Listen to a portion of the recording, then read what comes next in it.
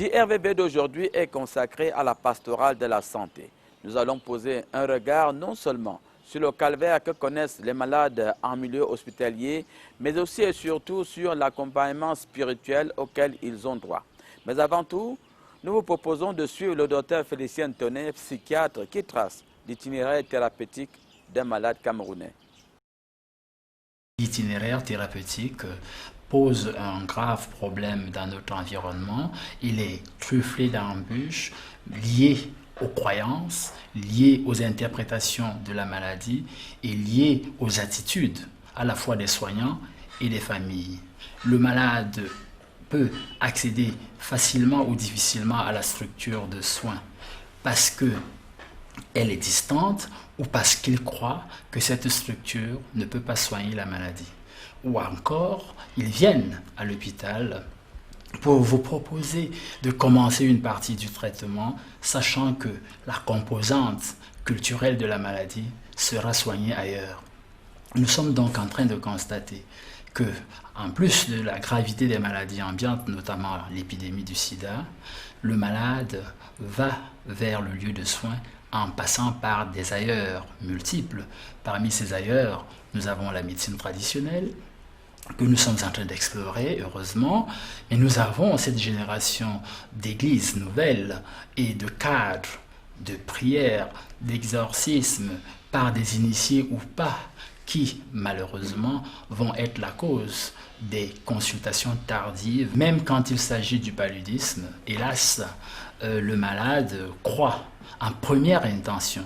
Et parfois, malgré le niveau culturel ou d'éducation élevée, il va croire que cette fièvre qui le prend est liée à une convoitise de village, est liée à une convoitise par rapport à son poste de travail, est liée à ce que quelqu'un lui veut du mal.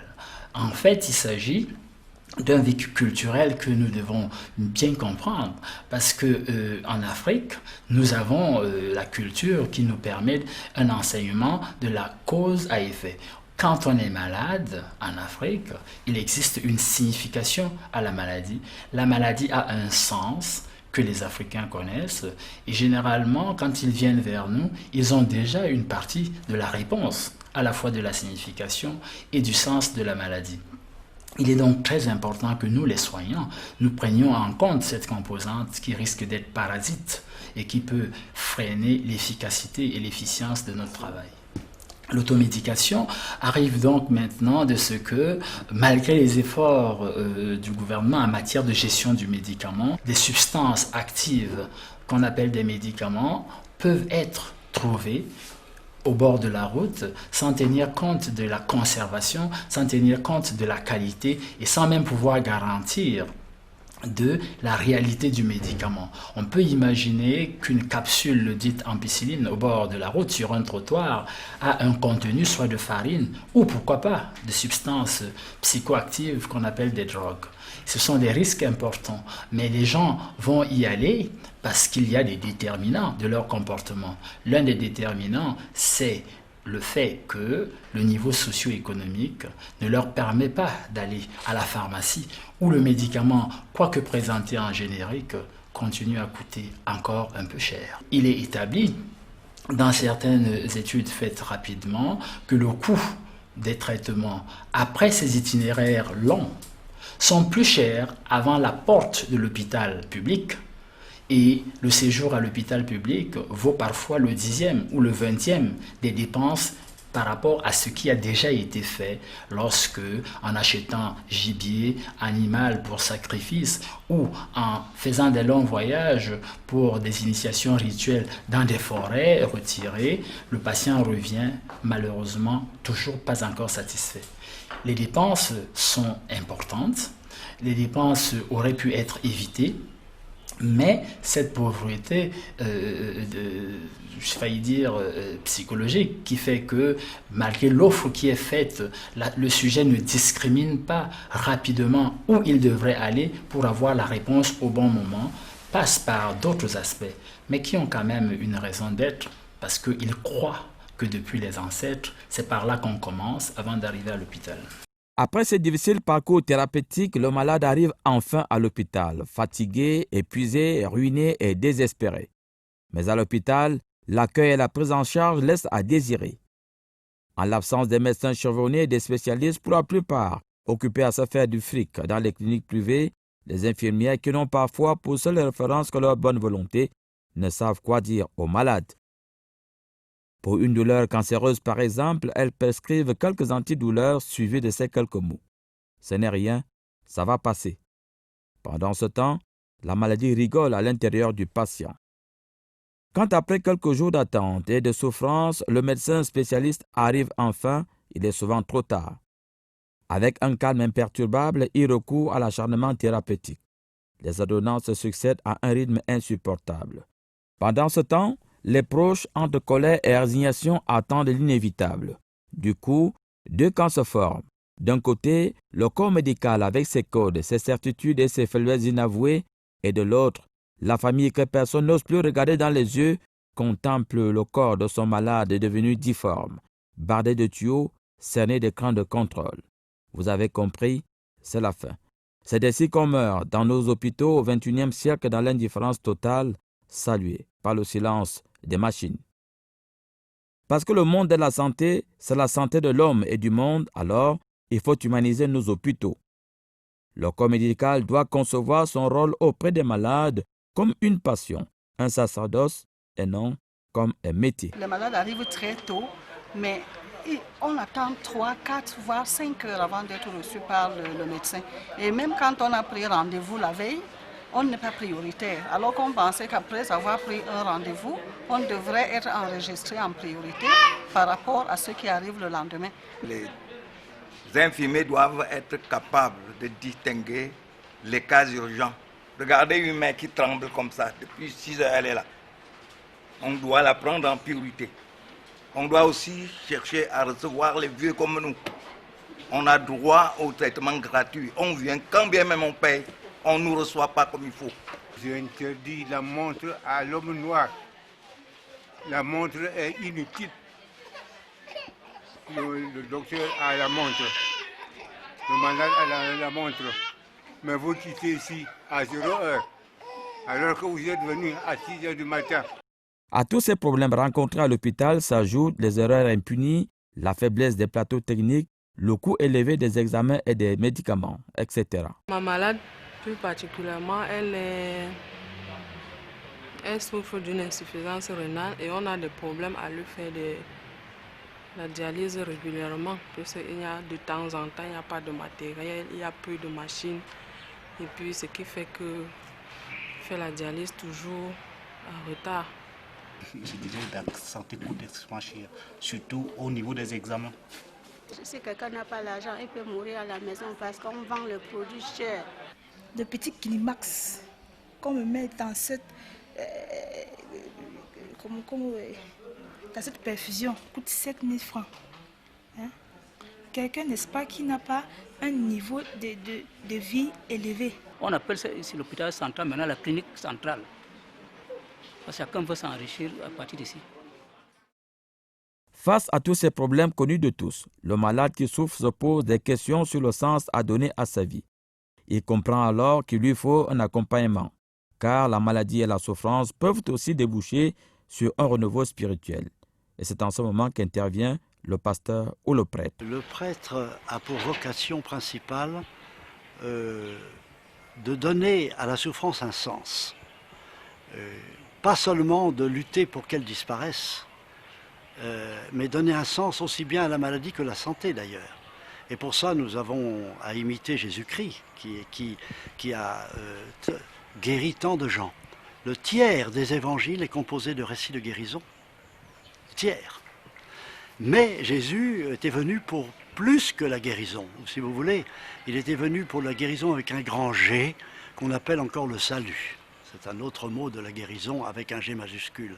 À savoir, nous préparer à être dans un monde avec Dieu, après la mort, où il n'y aura plus du tout de maladie d'aucune sorte. Ni de souffrance, par conséquent. Et c'est ça, grand espoir-là, qu'il ne faut pas troubler ni bouleverser par une recherche intempestive de la santé à tout prix, comme s'il n'y avait que, comme si c'était un absolu. La santé n'est pas un absolu. C'est un moyen pour nous préparer à la grande santé à laquelle nous sommes appelés. Et ça, je crois que le prêtre doit avoir toujours ça en tête lorsque les gens viennent le voir. Car la plupart du temps, les gens qui viennent voir le prêtre, à part avoir fait le tour, souvent, des hôpitaux et des gangas, et même quelquefois des charlatans, c'est la fin de leur souffrance. Et nous avons à leur donner, une orientation plus large. Leur faire comprendre que souvent c'est dépassé. Et même parfois, mais là il faut prendre des précautions, encourager certaines personnes qui souffriront très fort toute leur vie à prendre sur eux leur souffrance comme Jésus a pris sa croix. Mais ça, on ne peut pas le dire à n'importe qui, n'importe quand. Parce qu'il ne faut jamais le dire aux gens des choses qu'ils ne peuvent pas eux-mêmes porter ni comprendre. Mais il faut aller jusque-là. La souffrance a quelque chose de positif dans ce monde. D'abord, c'est dans la souffrance que l'on apprend à être un homme ou une femme. Et souvent, lorsqu'il y a des mamans qui viennent se plaindre que leur bébé est malade, je dis, écoutez, madame, à condition que ce ne soit pas une maladie grave, c'est bon qu'il soit malade. Parce que c'est là que son corps va s'aguerrir et être capable un jour de résister à toutes les difficultés qu'il va connaître, non seulement de l'ordre de la maladie, mais aussi des difficultés d'ordre social dans une vie bien difficile aujourd'hui. L'accompagnant spirituel doit donc pratiquer l'évangile de la souffrance. Il doit maîtriser la théologie, la psychologie et la spiritualité universelle. Son approche affective doit permettre aux malades de se sentir écoutés et aimés. Le père Willy a pratiqué la pastorale de la santé en milieu hospitalier pendant plusieurs années. Je vais de lit en lit, je regarde, si les gens dorment, je les laisse dormir. S'ils se tournent pour ne pas me voir, je les laisse se tourner pour qu'ils ne me voient pas. C'est très rare, mais ça fait arriver, surtout au début quand ils ne me connaissent pas encore. Et puis après, je parle avec eux et je vois dans quelle situation ils sont. Quand je vois qu'ils sont vraiment sérieusement malades et que je peux les aider en proposant le sacrement des malades, par exemple. Alors je propose le sacrement des malades en leur rappelant quel est le sens de ce sacrement.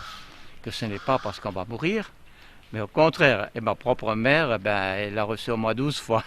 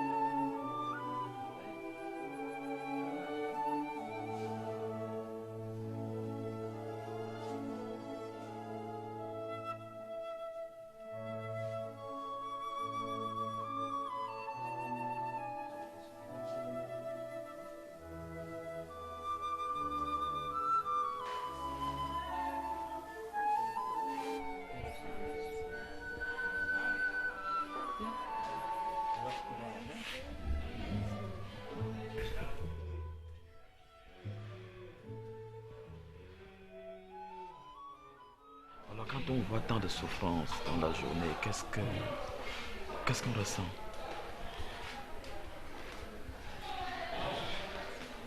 C'est difficile, c'est tellement riche comme sentiment divers, de compassion, d'espérance.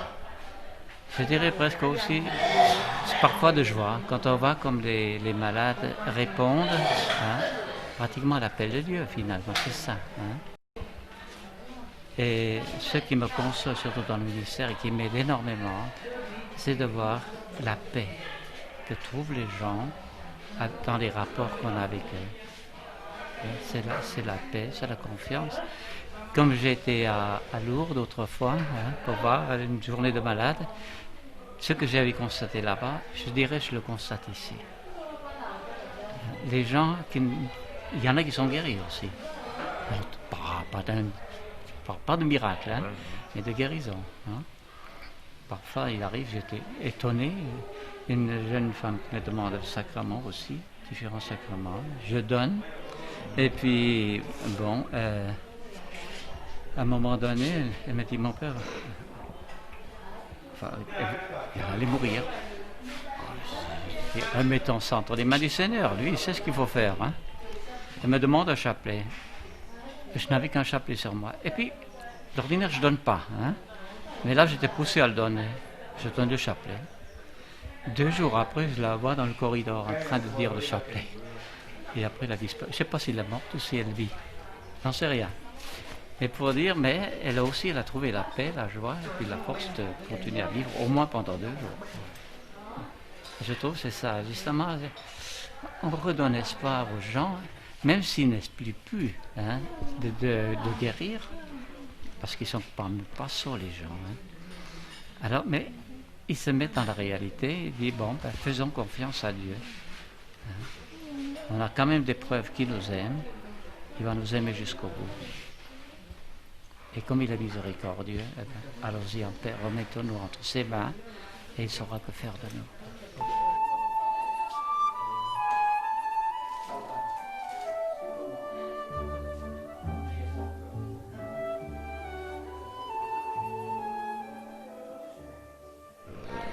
Nous apprécions beaucoup son travail parce que il est d'un très grand réconfort pour les malades. Il les assiste, que ce soit spirituellement ou matériellement. De temps en temps, il donne des bibles à manger, parfois des vêtements. Vraiment, nous apprécions beaucoup ce qu'il fait. Vraiment. Il fait un travail qui est vraiment très important pour les malades. Et cet aspect, cette facette est souvent négligée par nous et nous avons besoin d'un support psychologique, au moins spirituel. Ça veut dire que la présence de Dieu est importante. Elle est incontournable. Comme on dit, c'est l'homme propose, Dieu dispose. Et sans Dieu, vraiment, nous ne pouvons rien. Certains malades qui sont à des stades assez avancés de la maladie, notamment des stades de coma, ont des révélations, ont des visions. Pour la plupart, c'est des nouvelles personnes, naissent de nouveau, dont vraiment beaucoup découvrent la foi ici. Beaucoup. Quand ils réalisent à quel point un homme peut souffrir, et si jamais on peut réussir à les guérir, ils réalisent vraiment la puissance de Dieu. Le regretté père Ebga a aussi pratiqué l'accompagnement des malades en milieu hospitalier par la prière et l'exorcisme. Il entrait dans le tunnel de la souffrance pour soulager les maladies corporelles et spirituelles. Il s'attaquait à la possession et à la sorcellerie. Habituellement, les malades possédés ils repoussent tout ce qui est sacré, comme la Bible, comme la croix de Jésus, et même le nom de la Vierge Marie et des saints anges. Ça leur fait peur, ils repoussent. C'est dans la Jésus de ses disciples. Allez dans le monde entier, prêchez l'évangile à toute créature. Celui qui croira sera baptisé, sera sauvé. Celui qui refusera de croire sera condamné. Voici les signes qui suivront ceux qui auront cru. À mon nom chasseront les démons, parleront de langues nouvelles. Prendront des serpents avec les mains, s'ils boivent du poison, ça ne leur fera aucun mal. Ils imposeront les mains aux malades et les malades guériront. Une fois sorti de Jésus, pénétrait dans les gens et les guérissait tous. Au nom de Jésus, plus je me fléchis au ciel, sur terre et dans les enfers, et toute langue confesse que Jésus-Christ est le Seigneur. Quiconque invoquera le nom du Seigneur Jésus sera sauvé.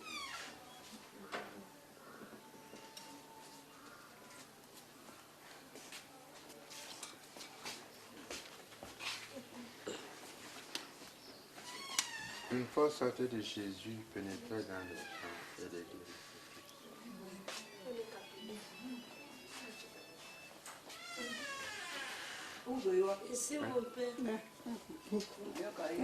Croyez en Jésus de Nazareth, Dieu est homme. Par votre foi, vous serez sauvés. Je vis pour toi, Jésus, je meurs pour toi, Jésus. Que je vive ou que je meure, je suis à toi. Qu'une force de Jésus pénètre en vous et vous libère. Soyez bénissez cet enfant qui grandit sans santé et l'âge, par sagesse et en science devant vous. Pour guérir des maladies corporelles ou pour guérir des maladies spirituelles comme la possession diabolique ou bien les attaques de sorcellerie. Parce que Jésus peut guérir et il guérit de fait tout cela. La prière en général doit d'abord être une adoration de Dieu, une louange de Dieu. Et ensuite, on demande à Dieu de nous donner ses faveurs, de nous pardonner nos péchés, de nous guérir de nos maladies spirituelles et de maladies corporelles. Voilà, c'est ça la différence. Mais l'une et l'autre demandent qu'on ait foi en Dieu et qu'on ait espérance qu'il va nous sauver et qu'on l'aime déjà et qu'on lui soit déjà reconnaissant en disant le Seigneur va me sauver, il m'a déjà fait du bien, il me fera encore du bien. Bon, il y a une base commune, c'est la foi et l'espérance. Oui, la foi et l'espérance. Il en faut surtout lorsque le malade est en phase terminale. Si la mort ne peut être éradiquée, au moins la souffrance peut être soulagée et permettre pourquoi pas aux malades en fin de vie d'avoir droit à une mort de qualité. L'Église catholique a prévu des sacrements à cet effet. L'apôtre Jacques écrit, si l'un de vous est malade, qu'il appelle les prêtres de l'Église, ils prieront sur lui après lui avoir fait une onction d'huile. Cette prière inspirée par la foi sauvera le malade. Donc voilà une origine biblique qui explique pourquoi l'Église catholique aujourd'hui tient encore au sacrement des malades. On peut me dire au sacrement de la maladie grave qu'on appelle aujourd'hui onction des malades. La différence est nette avec ce qu'on appelait autrefois l'extrême onction, parce que beaucoup de malades rejetaient ce sacrement et ils se croyaient tout de suite en train de partir, en train de mourir parce qu'ils ont reçu l'onction des malades, ils ont reçu l'extrême onction, comme on disait autrefois, alors qu'il s'agit d'un sacrement du réconfort, d'un sacrement qui est appelé vraiment, comme le dit l'apôtre Jacques, à sauver le malade, à lui apporter le réconfort dont il a besoin en ce moment précis, parce que vous savez, quand on est malade, on n'est plus en possession de toutes ses forces psychologiques, forces morales et même forces physiques. Donc l'onction des malades est le sacrement des réconforts, et comme sacrement, c'est un signe visible institué par le Christ pour transmettre sa grâce. L'onction des malades est donc un sacrement qui rend le Christ présent au chevet du malade, qui le rend présent dans son cœur et qui vient redonner espoir à celui qui pense que d'un moment à l'autre il peut partir. Il y a des signes visibles qu'on perçoit. J'ai parlé tout à l'heure d'un aspect moral et psychologique. Même ceux qui sont généralement à l'article de la mort, vous permettez que j'aille jusque-là, avant que le prêtre n'arrive, sont généralement très agités, impatients, inquiets. Mais quand le prêtre arrive, on voit un certain apaisement du malade qui donne comme l'impression que c'est l'ultime moment qu'il attendait. Donc la présence du prêtre d'abord rassure le malade qui sait qu'il ne souffre plus seul. Dès que l'onction est célébrée, on sent qu'il attendait ce moment-là, il prend conscience qu'il souffre, mais que sa souffrance a un autre sens. Et il y a à la fin comme une espèce de rayonnement. Et même c'est ce qui me permet de dire qu'en ce moment-là, le malade est prêt à affronter la mort. On a comme l'impression qu'avant l'arrivée du prêtre, avant de recevoir l'onction des malades, il est comme coupé de Dieu. Il n'a véritablement pas le sentiment de la présence de Dieu à ses côtés. Mais après avoir célébré l'onction, ou alors en face du prêtre, parce qu'il y a toujours un petit moment où le malade peut s'exprimer quand il en a encore les possibilités, on sent qu'il s'ouvre, il est apaisé et à la fin il est tranquille, il est calme. Et ceux les malades que j'ai accompagnés et qui sont morts après l'onction, on voit qu'ils meurent dans la paix. Ils ne sont pas agités, ils sont calmes. C'est comme pour dire que c'est un peu comme le moyen par excellence pour eux de mourir généralement dans les bras du Seigneur. C'est un sacrement qui apporte beaucoup de paix, intérieure et extérieure. Parce que la pastorale de la santé ne se résume pas uniquement en une pastorale en milieu hospitalier, parce qu'elle est aussi une pastorale pour la vie et pour les choses de la vie, alors nous vous proposons de découvrir un phénomène social qui prend de l'ampleur aujourd'hui au Cameroun. Il s'agit des campagnes d'évangélisation et de prières pour les malades. Nous irons tour à tour au stade Amadou Ahidjo avec le Père Hervé-Marie pour une campagne d'évangélisation et à la cathédrale de Yaoundé avec le Père Tchala pour une séance de prière pour les malades. Nous commençons par le stade Amadou Ahidjo. Combien sont-ils ce soir sur les gradins du stade Amadou Ahidjo, transformés le temps d'une soirée en temple d'évangélisation et de délivrance? À vrai dire, personne ne peut répondre avec exactitude à cette question.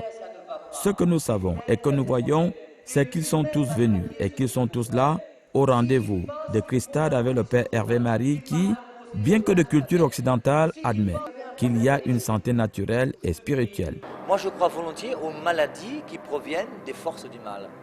Et ces maladies qui proviennent des forces du mal doivent être guéries, non pas avec la santé du dispensaire, mais avec la santé spirituelle. Et je crois qu'il y a des remèdes spirituels que nous devons prendre pour être en bonne santé par rapport aux forces du mal. Il m'arrive d'imposer les mains d'une manière personnelle à des personnes qui viennent me voir pour des problèmes, en général même maléfiques, pour discerner s'il y a un problème maléfique ou pas. Oui, c'est pour cela qu'ils sont tous venus et qu'ils sont tous là. Ce que notre société de consommation a totalement consommé. Ce que la crise économique a jeté sur les trottoirs de la misère. Tous ces hommes et femmes de peine et de sueur, tous ces ventres à drame, tous ces blessés de la vie, tous ces malades qui parfois s'ignorent, toute cette armée de lésés à qui la vie ne sourit pas est venue demander des choses précises au Dieu de miséricorde. Enfants, mari, emploi pour certains, argent, bonheur, prospérité et santé pour d'autres. Alors, tous ensemble, ils chantent et dansent au rythme de la chorale.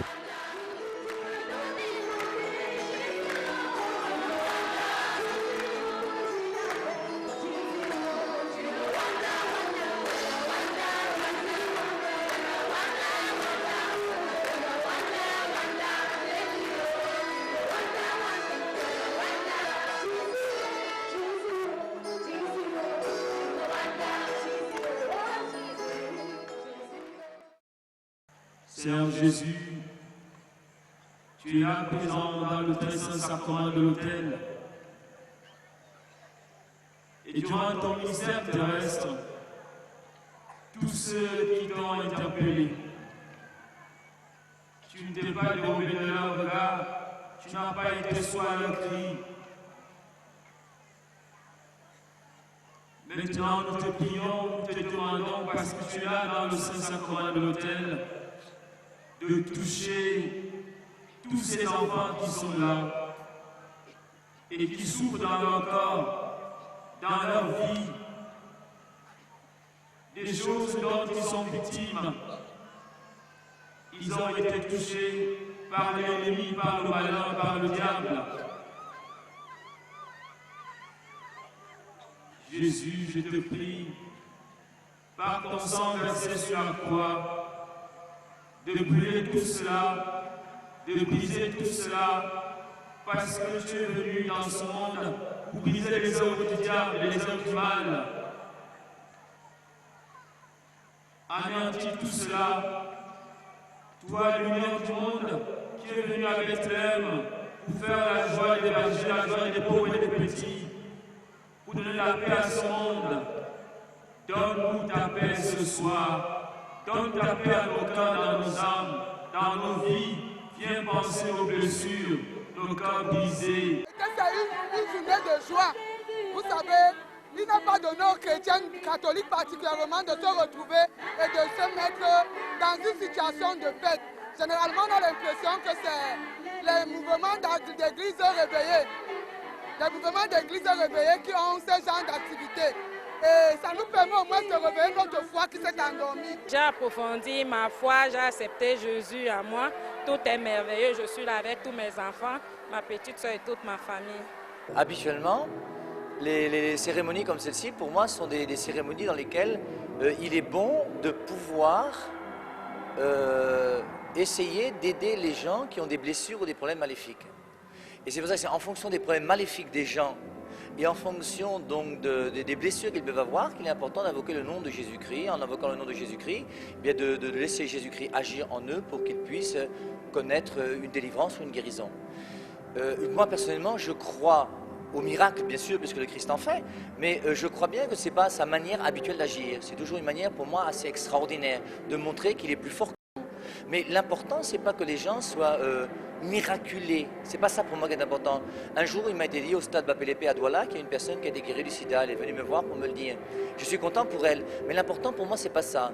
L'important, c'est que ces personnes qui étaient présentes au stade à côté de ce monsieur qui a été guéri, qui était aussi séropositif, puissent recevoir une bonne nouvelle de Jésus-Christ, même dans leur séropositivité. L'important, c'est pas que je guérisse de ma maladie, mais c'est que je puisse porter cette maladie d'une manière chrétienne. Pour moi, la guérison chrétienne, ce n'est pas une guérison physique, c'est une guérison intérieure qui fait que je regarde ma difficulté avec une lumière nouvelle. La croix du Christ n'est pas une croix qui tue, mais une croix qui donne la vie. Et c'est pour ça que je crois qu'il est important tout en faisant des soirées de délivrance et de guérison, de montrer aux gens que la croix existe et que nous avons apporté notre croix à la suite du Christ. Ça, c'est capital, il ne faut jamais l'oublier. Le Christ n'est pas venu pour nous dire que la croix, on la met de côté. Non, au contraire, il l'a portée, il est mort. Mais maintenant, ce que je crois aussi, c'est que les problèmes maléfiques sont nombreux. Et qu'en fonction des problèmes maléfiques, il est absolument nécessaire de pouvoir aider les gens à pouvoir guérir de tous ces blocages, toutes ces choses liées à la sorcellerie, blocages divers du côté affectif, du côté de la vie, jusqu'à ensorcellement, envoûtement, possession et tout le reste. L'important, c'est pas que les gens viennent assister à des messes des malades. C'est pour ça qu'on en a marre des gens qui vont de messe de malade en messe de malade et qui ne guérissent jamais. Et l'important, c'est, si je suis malade, c'est de trouver le remède. Le remède, c'est pas un prêtre qui t'impose les mains. C'est premièrement donner ta vie au Christ d'une manière radicale.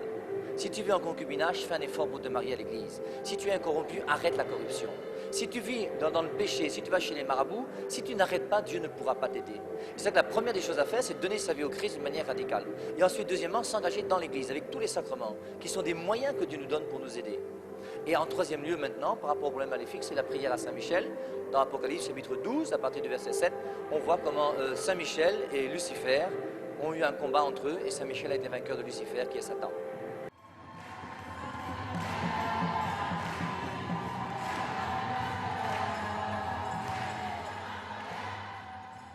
Voici à quoi ressemble la cathédrale Notre-Dame des Victoires de Yaoundé, un soir de prière pour les malades. Comme à Christade, ces mendiants du bonheur viennent de tous les coins de la ville. Ils espèrent tous qu'à travers les prières d'intercession de l'exorcisme canonique, leurs différents problèmes trouveront un début de réponse. Alors, de leur poitrine, ils sortent des sons, les éparpillent dans l'espace, mais finissent par se rassembler dans nos oreilles.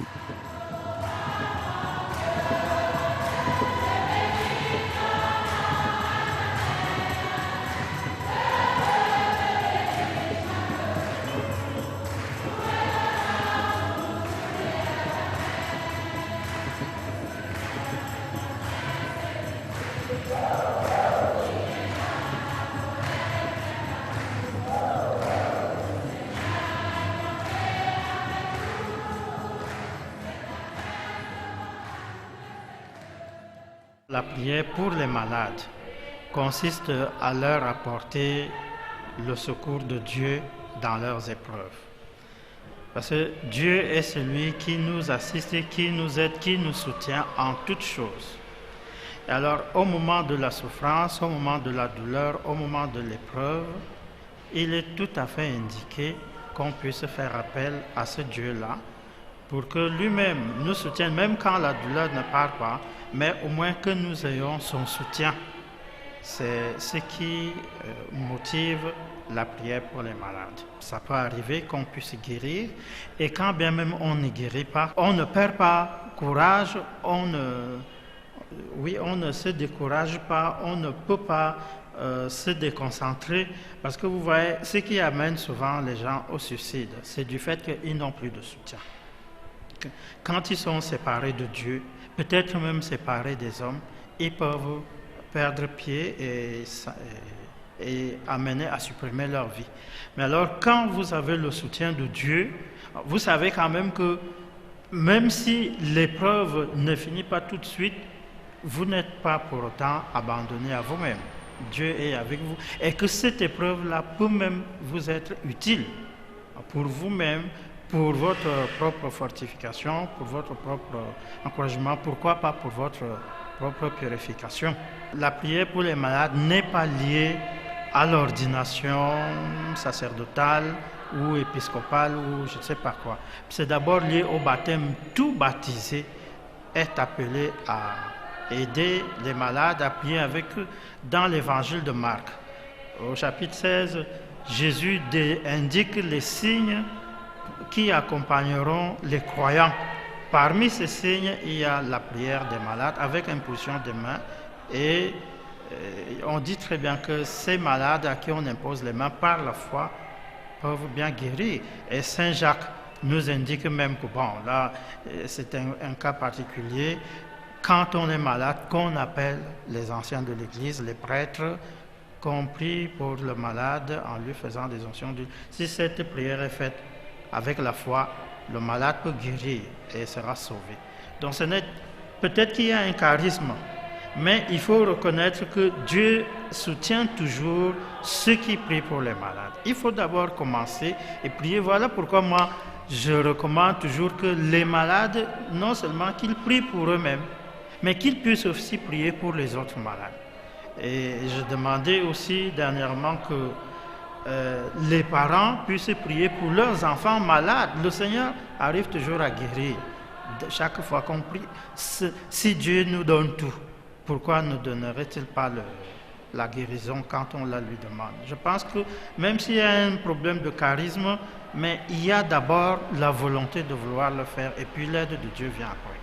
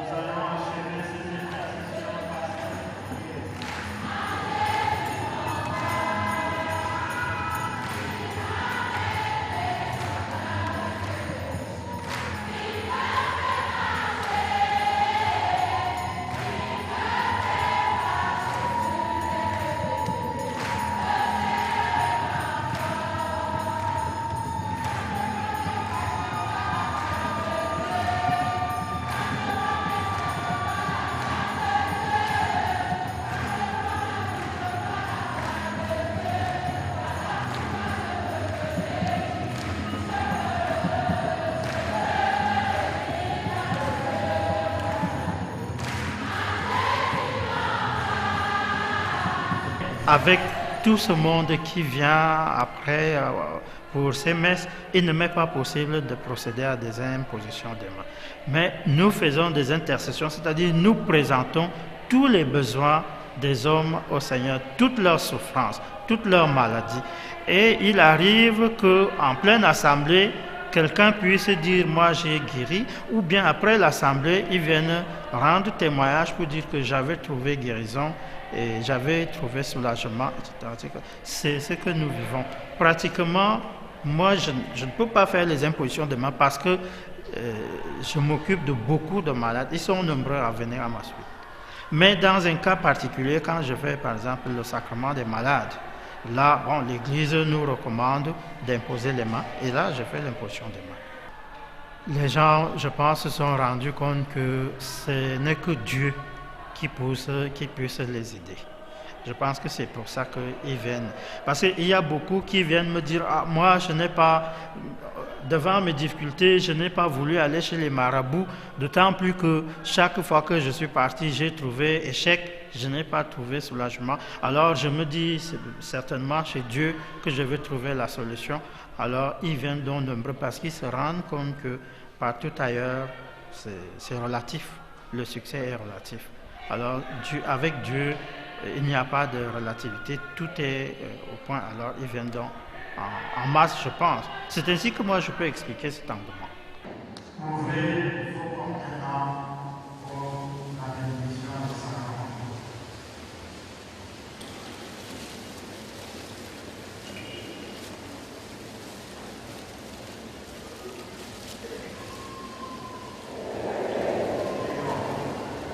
Je t'ai béni, tu purifies, créature du sel et de l'eau mélangée, au nom du Père et du Fils et du Saint-Esprit.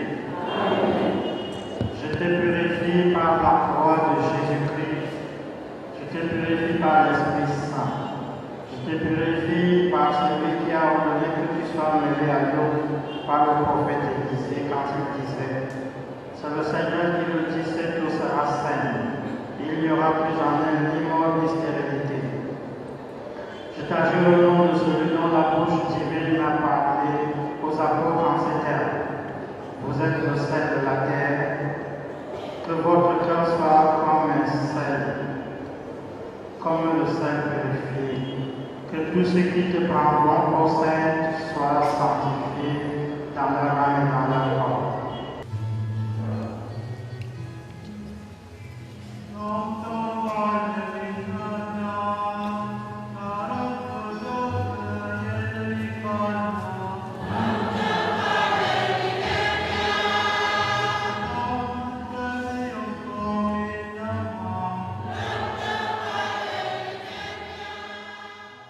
La prière n'est pas une médecine. Je leur dis que la prière est un secours de Dieu que nous demandons. Alors si quelqu'un est malade, qu'il aille se faire soigner. La prière ne va pas peut-être tuer les germes de paludisme ou d'autres maladies que nous avons en nous. Alors quand quelqu'un est malade, qu'il aille à l'hôpital, qu'il aille se faire soigner. Et parfois même, ceux qui viennent me voir, moi je les oriente d'abord vers les hôpitaux, vers les médecins. Et ce n'est qu'après qu'on peut venir et on prie ensemble quand on se rend compte que le médecin fait ce qu'il doit faire. Parce que je sais qu'il y a un courant là où on demande aux malades de ne pas aller à l'hôpital parce que la prière va leur apporter guérison. Moi je leur dis non. La prière n'apporte pas guérison de cette façon-là, ce n'est pas des médicaments. Alors, les médicaments que les gens amènent, je les bénis parce que je me dis que l'action de Dieu doit tout recouvrir, même les médicaments que nous prenons. Alors, par conséquent, quand on a béni les médicaments, nous les mettons sous l'influence de Dieu. Alors, ils peuvent bien les prendre. Il y en a qui boivent l'eau bénite et autres. C'est sûr qu'ils la boivent. Ils boivent l'eau bénite. Il y en a un qui m'en parle, mais bon, moi je ne peux pas m'opposer. L'Église bénit ces sacramentaux pour qu'ils soient des signes par lesquels le Seigneur passe pour apporter la guérison. Et il y en a qui, en buvant l'eau, peut-être voient que leur ventre est soulagé. On ne peut pas leur demander d'arrêter, mais je leur dis que si vous avez des verres, prenez des vermifuges. Vous allez ajouter l'eau après, mais prenez quand même des vermifuges. Il y a bien des possédés. Alors, moi, je fais des messes d'intercession et nous présentons au Seigneur tous ces cas. Avec ces prières de délivrance que je fais au cours des messes, les possédés trouvent guérison, trouvent soulagement, ils trouvent guérison, ils trouvent délivrance complètement. Et puis quand il y a un besoin d'exorcisme, on demande l'autorisation à l'évêque et puis on procède à l'exorcisme, on peut délivrer le malade. Mais même sans aller là-bas, il y a des possédés au cours de ces assemblées, des prières, au cours de ces messes qui trouvent délivrance. Dans le cadre de l'exorcisme, on va s'adresser aux démons qui tourmentent un individu, une personne. On va lui faire des injonctions, lui intimer l'ordre de s'en aller. Par contre, dans les délivrances, on va présenter le malade au Seigneur, on va lui dire, voilà Seigneur, ce malade qui se trouve sous l'influence, bon, une mauvaise influence, peut-être l'influence démoniaque, viens toi-même le délivrer par ta puissance. Bon, là, vous voyez les cas. Dans l'exorcisme, c'est le ministre de l'exorcisme qui intervient bien sûr en appelant Dieu, mais dans le cas de la délivrance, on s'adresse beaucoup plus à Dieu en faveur du malade. Donc c'est une intercession en faveur de la personne possédée.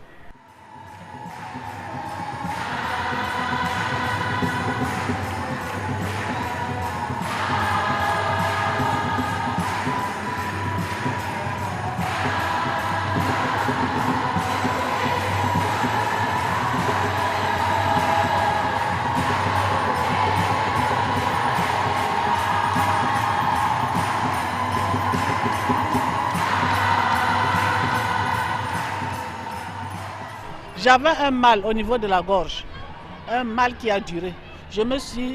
On a même tenté une opération. 4 jours après l'opération, le mal est revenu. Et ce n'est qu'à force de persévérer dans la prière que j'ai retrouvé la guérison. Je me sens bien, je me sens guérie. On a dépisté dernièrement un diabète que je ne comprends pas.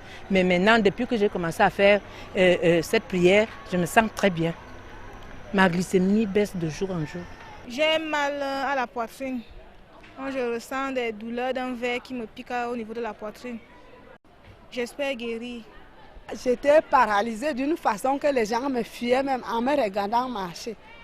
Donc dès que le Seigneur m'a accordé de m'ouvrir mon cœur, le premier jour, je me suis m'agenouillée à la grotte où se trouve la Vierge Marie.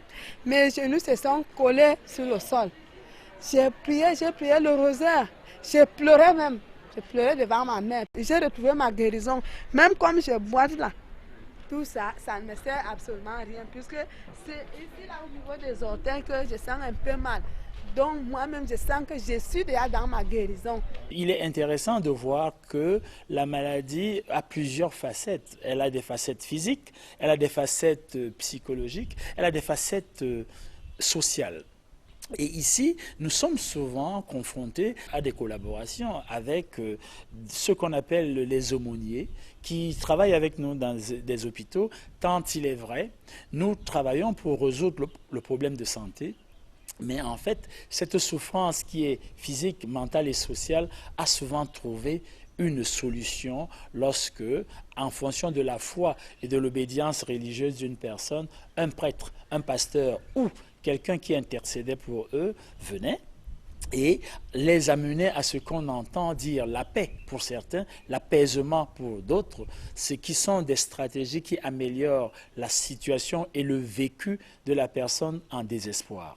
À partir de ce moment, prier pour le malade avait un impact positif comme technique de soins, soigner, comme on dit en anglais, care. Mais il y avait plus que ça parce que quand on a foi, comme disait mon jeune confrère, la foi fait que la lecture par la prière, la pratique de la prière ou bien la visite par quelqu'un qui est un homme de l'Église rassure. Et en étant rassuré, plusieurs mécanismes se produisent chez le patient. Pas seulement physiquement, parce que physiquement, quand on est rassuré, quand on est sorti de l'insécurité, de la peur, du désespoir ou de l'angoisse, on règle plusieurs désordres métaboliques en soi. On parle des médiateurs, on parle des substances qui en nous sont sécrétées lorsqu'on est en désespoir. Et en étant rassuré par la prière, on a l'impression que ça ajoute un plus à ce que nous faisons avec des médicaments ou avec certaines techniques non médicamenteuses, ici appelées des psychothérapies. Et je suis très confortable avec la lecture du prêtre qui dit que quand on a des vers intestinaux, il faut les soigner. Quand il dit que c'est toujours mieux d'être à l'hôpital. Alors, le deuxième volet dans le document que j'ai observé, c'est que, à vrai dire, des églises dites classiques descendent en communauté. Je suis très à l'aise parce que, après la médecine hospitalière, dans notre environnement, en Afrique en général et au Cameroun en particulier, l'approche à base communautaire permet de résoudre à coût réduit et en étant plus proche des spécificités culturelles des malades, leurs problèmes de santé. Alors, lorsque nous, à l'hôpital, nous allons en communauté, c'est pour nous adapter aux réalités des populations demandeuses de soins. Et lorsque le prêtre sort de l'église pour aller vers la communauté, il résout à peu près les mêmes problèmes en ayant la même démarche d'approche à base communautaire. Mais il y a des choses qui sont plus spécifiques à dire. C'est qu'en communauté, nous sommes dans un groupe hétérogène où chacun a sa sensibilité particulière, sa maladie particulière. Et lorsqu'ils sont en groupe, les choses sont, à vrai dire, résolues, chacun en ce qui le concerne à son niveau. Et au sortir de cette phase de prière, ils partent soulagés, chacun soulagé de son problème, parce qu'il part du mal-être au mieux-être.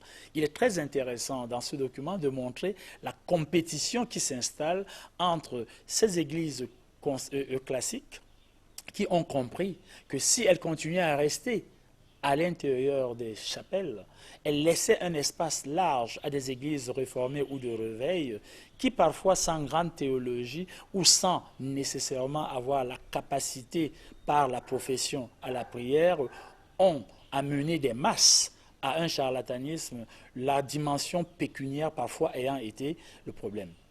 Ce qui fait que lorsqu'on on assiste à une crise de la foi en communauté pour des problèmes sociaux, économiques, de pauvreté, ou lorsque les gens sont habités d'un grand désespoir, malheureusement, ils ont parfois été en face des personnes qui les ramassent et qui les amènent vers des pratiques non efficaces. Alors, le document nous montre que un prêtre utilise les mêmes techniques, mais en ayant des outils qu'il a acquis par sa formation de prêtre et peut-être par ses capacités individuelles à communiquer et à atteindre la douleur de l'autre pour l'amener à être mieux. Ceci est imprévisible parce que nous ne savons pas le résultat attendu. Mais nous constatons que les gens, au sortir de ces pratiques, se sentent mieux et soulagés. À vrai dire, le bon soignant, le bon médecin, la bonne équipe de santé, c'est celle qui enlève la personne de l'état de mal-être pour l'amener à un mieux-être. La guérison n'a jamais été totale. Ce qu'on cherche, c'est que la personne retrouve le mieux-être physique, mental et social, j'ai failli dire spirituel. Nous retenons de cette émission que la prière est une très bonne chose. Elle est même fortement conseillée, mais elle ne saurait se substituer à la médecine.